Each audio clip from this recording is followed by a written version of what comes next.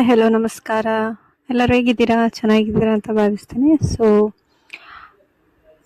ಇವತ್ತಿನ ವಿಡಿಯೋದಲ್ಲಿ ನಾನು ಪಾಲಕ್ ಪನ್ನೀರ್ ಹೇಗೆ ಮಾಡೋದು ಅಂತ ಹೇಳಿಕೊಡ್ತೇನೆ. ಅದಕ್ಕೂ ಮೊದಲು ನನ್ನ ಚಾನಲನ್ನು ಯಾರು ಸಬ್ಸ್ಕ್ರೈಬ್ ಮಾಡಿಲ್ಲ ಸಬ್ಸ್ಕ್ರೈಬ್ ಮಾಡಿ, ಹಾಗೂ ಲೈಕ್ ಕಮೆಂಟು ಶೇರು ಮಾಡಿ.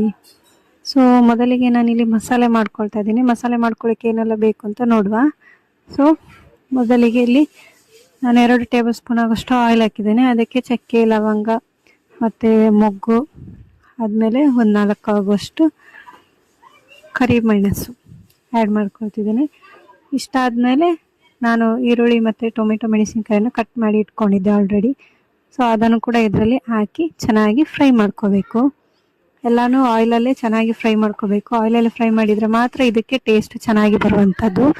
ಸೊ ಹಾಗಾಗಿ ಮೊದಲು ಇದನ್ನೆಲ್ಲ ಆಯಿಲಲ್ಲಿ ಫ್ರೈ ಮಾಡ್ಕೋಬೇಕು. ಆದ ನಂತರ ಇಲ್ಲಿ ಒಂದು ಸ್ವಲ್ಪ ಥಿಕ್ನೆಸ್ ಬರಲಿಕ್ಕೆ ನಾನು ಗೋಡಂಬಿ ಯೂಸ್ ಮಾಡ್ತಿದ್ದೀನಿ. ಇದು ಆಪ್ಷನಲ್, ನಿಮಗೆ ಬೇಕಾದರೆ ಆ್ಯಡ್ ಮಾಡ್ಬೋದು, ಇಲ್ಲಾಂದರೆ ಮಾಡಬೇಕಂತೇನಿಲ್ಲ. ಸೊ ಇದು ಆಪ್ಷನಲ್ ಆಗಿದೆ. ಹಾಗಾಗಿ ಇದು ಗೋಡಂಬಿ ಆ್ಯಡ್ ಆದಮೇಲೆ ಚೆನ್ನಾಗಿ ಇನ್ನೊಂದು ಸ್ವಲ್ಪ ಫ್ರೈ ಮಾಡ್ಕೋಬೇಕು. ಆದಮೇಲೆ ಅದನ್ನು ಸ್ವಲ್ಪ ಹೊತ್ತು ಕೂಲ್ ಆಗಲಿಕ್ಕೆ ತೆಗೆದಿಟ್ಕೊಳ್ತಾ ಇದ್ದೇನೆ. ನಂತರ ಅದೇ ಪಾತ್ರೆಗೆ ನಾನು ಇಲ್ಲಿ ಒಂದು 50 ಗ್ರಾಮ್ ಆಗುವಷ್ಟು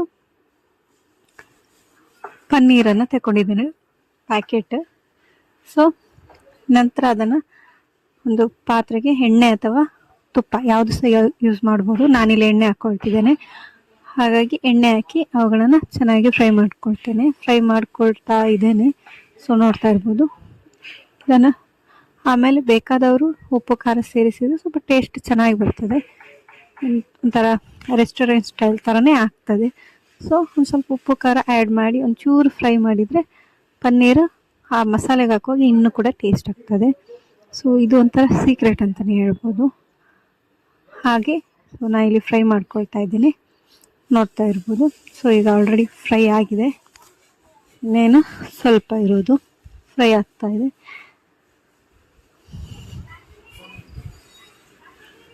ಫ್ರೈ ಆಗಿದ್ದನ್ನು ಎತ್ತಿಟ್ಕೊಂಡಿದ್ದೇನೆ. ಈಗ ಪಾಲಕ್ ಒಂದು ಅರ್ಧ ಸೂಡಾಗುವಷ್ಟು ಪಾಲಕ್ ತಗೊಂಡಿದ್ದೇನೆ. ಆ ಪಾಲಕನ್ನು ನೀರಲ್ಲಿ ಹಾಕಿ ಒಂದು ಸ್ವಲ್ಪ ಹೊತ್ತು ಬೇಯಿಸ್ಕೊಳ್ಬೇಕು. ಚೂರೆ ಜಾಸ್ತಿ ಏನು ಬೇಯಿಸ್ಕೋಬಾರ್ದು, ಸ್ವಲ್ಪ ಬೇಯಿಸ್ಕೊಂಡ್ರೆ ಸಾಕು. ಪಾಲಕ್ಕೇನು ಕಲರ್ ಬಿಡೋದಿಲ್ಲ, ಏನಿಲ್ಲ, ಆ್ಯಸ್ ಇಟ್ ಈಸ್ ಇರ್ತದೆ. ಸೊ ಸ್ವಲ್ಪ ಬೇಯಿಸ್ಕೋಬೇಕು ಇದನ್ನು. ಈಗ ಪಾಲಕ್ಕು ಬೇಯಿಸಿ ಒಂದು ಸೈಡ್ಗೆ ಇಟ್ಟಿದ್ದೇನೆ. ಸೊ ಇದನ್ನು ಮಸಾಲೆಯನ್ನು ತಣ್ಣಗಾಗಲಿಕ್ಕೆ ಬಿಟ್ಟಿದ್ದೆ ಅಲ್ವಾ, ಅದನ್ನೀಗ ಎರಡನ್ನು ಸೇರಿಸಿ ನಾನು ಮಿಕ್ಸಿ ಮಾಡ್ಕೊಳ್ತೇನೆ. ಸೊ ಇಲ್ಲೀಗ ಪಾಲಕ್ ಪನ್ನೀರು ಕುದೀತು. ಸೊ ಇಷ್ಟು ಕುದ್ರೆ ಸಾಕು. ಅದನ್ನು ತಣ್ಣಗೆ ಮಾಡಿಕೊಂಡು ಇಟ್ಕೊಂಡಿದ್ದೇನೆ. ಸೊ ಎರಡನ್ನು ಕೂಡ ಸೇರಿಸಿ ಮಿಕ್ಸಿ ಮಾಡ್ಕೊಳ್ತಾ ಇದ್ದೀನಿ. ಈಗ 2 ಮಸಾಲೆ ಒಟ್ಟಿಗೆ, ಬೇರೆ ಬೇರೆ ಕೂಡ ಮಾಡ್ಬೋದು. ಸೊ ಬೇರೆ ಬೇರೆ ಮಾಡಿದರೆ ಏನು ಪ್ರಾಬ್ಲಮ್ ಇಲ್ಲ, ಒಟ್ಟಿಗೂ ಮಾಡಿದರೂ ಏನು ಪ್ರಾಬ್ಲಮ್ ಇಲ್ಲ. ಬೇರೆ ಬೇರೆ ಸಹ ಮಾಡ್ಬೋದು, ಒಟ್ಟಿಗೆ ಸಹ ಮಾಡ್ಬೋದು. ನಾನು ಇಲ್ಲಿ ಒಟ್ಟಿಗೆ ಮಿಕ್ಸಿ ಹಾಕ್ಕೊಳ್ತಿದ್ದೀನಿ. ನಾನಿಲ್ಲಿ ಶುಂಠಿ ಬೆಳ್ಳುಳ್ಳಿ ಪೇಸ್ಟ್ ಬದಲು ನಾನೇ ಮನೆ ರೆಡಿ ಮಾಡ್ಕೊಳ್ತಾ ಇದ್ದೀನಿ, ಬೆಳ್ಳುಳ್ಳಿ ಮತ್ತು ಶುಂಠಿಯನ್ನು ಜಜ್ಜಿ. ಸೊ ಇಷ್ಟಾದಮೇಲೆ ಫೈನಲ್ ಆಗಿ ಒಗ್ಗರಣೆಯನ್ನು ಕೊಡುವಂಥದ್ದು.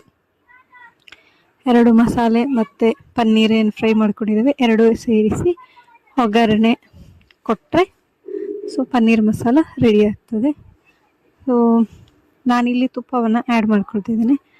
ಒಂದು 2.5 ಟೇಬಲ್ ಸ್ಪೂನು ಆಯಿಲಿಗೆ ಒಂದು ಅರ್ಧ ಸ್ಪೂನ್ ಆಗುವಷ್ಟು ತುಪ್ಪ.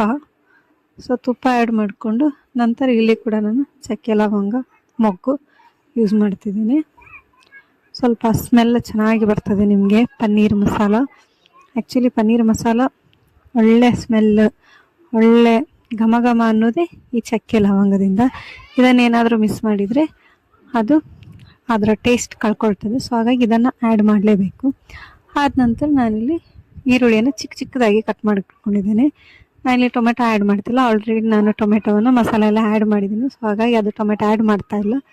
ಸೊ ಇಲ್ಲಿ ಈರುಳ್ಳಿ ಆ್ಯಡ್ ಮಾಡೋದಕ್ಕೆ ಕಾರಣ ಸ್ವಲ್ಪ ಟೇಸ್ಟ್ ಚೆನ್ನಾಗಿ ಬರುತ್ತೆ, ಹಾಗಾಗಿ ಈರುಳ್ಳಿಯನ್ನು ಆ್ಯಡ್ ಮಾಡ್ಕೊಳ್ತಿದ್ದೀನಿ. ಸೊ ಈರುಳ್ಳಿ ಚೆನ್ನಾಗಿ ಫ್ರೈ ಆಗಬೇಕು. ಆದಮೇಲೆ ಜಜ್ಜಿಟ್ಕೊಂಡಿರುವಂತಹ ಶುಂಠಿ ಮತ್ತು ಬೆಳ್ಳುಳ್ಳಿಯನ್ನು ಕೂಡ ಹಾಕಿ ಅದು ಕೂಡ ಹಸಿ ಸ್ಮೆಲ್ ಹೋಗೋ ತನಕ ಎರಡನ್ನು ಕೂಡ ಹುರ್ಕೊಳ್ಬೇಕು.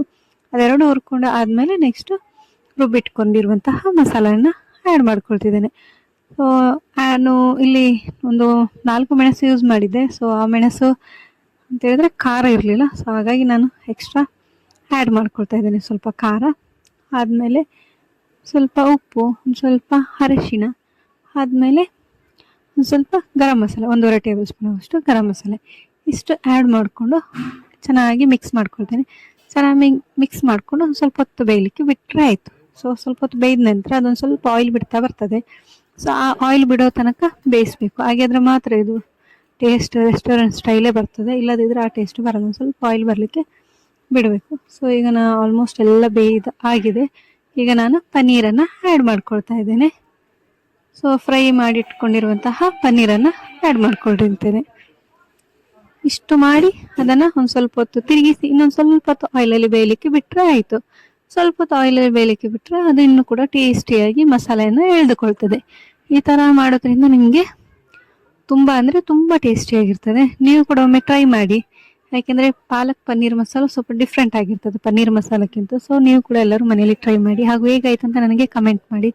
ಸೊ ಹೊಸತಾಗಿ ನೋಡೋರು ನನ್ನ ಚಾನಲನ್ನು ಸಬ್ಸ್ಕ್ರೈಬ್ ಮಾಡಿ ಹಾಗೂ ನೋಟಿಫಿಕೇಶನ್ಗೋಸ್ಕರ ಬೆಲ್ ಐಕಾನ್ ಬಟನ್ನ. ಸೊ ಇದು ಚಪಾತಿ ರೋಟಿ ಇದಕ್ಕೆಲ್ಲ ತುಂಬ ಟೇಸ್ಟಿಯಾಗಿರ್ತದೆ. ಸೊ ನೋಡ್ತಾ ಇರ್ಬೋದು, ಇಲ್ಲಿ ನಾವು ಟೇಸ್ಟ್ ಮಾಡ್ತಾ ಇದ್ದೀರಾ ಹಸ್ಬೆಂಡು. ಸೊ ಚೆನ್ನಾಗಿ ಬಂದಿದೆ ಅಂತ ಹೇಳಿದರು, ಟೇಸ್ಟ್ ಮಾಡಿ. ಸೊ ನೀವು ಕೂಡ ಮನೆಯಲ್ಲಿ ಟ್ರೈ ಮಾಡಿ ಹಾಗೂ ಟ್ರೈ ಮಾಡಿದ್ದನ್ನು ನನ್ನ ಕಮೆಂಟ್ ಸೆಕ್ಷನಲ್ಲಿ ಹಾಕಿ. So thank you for watching.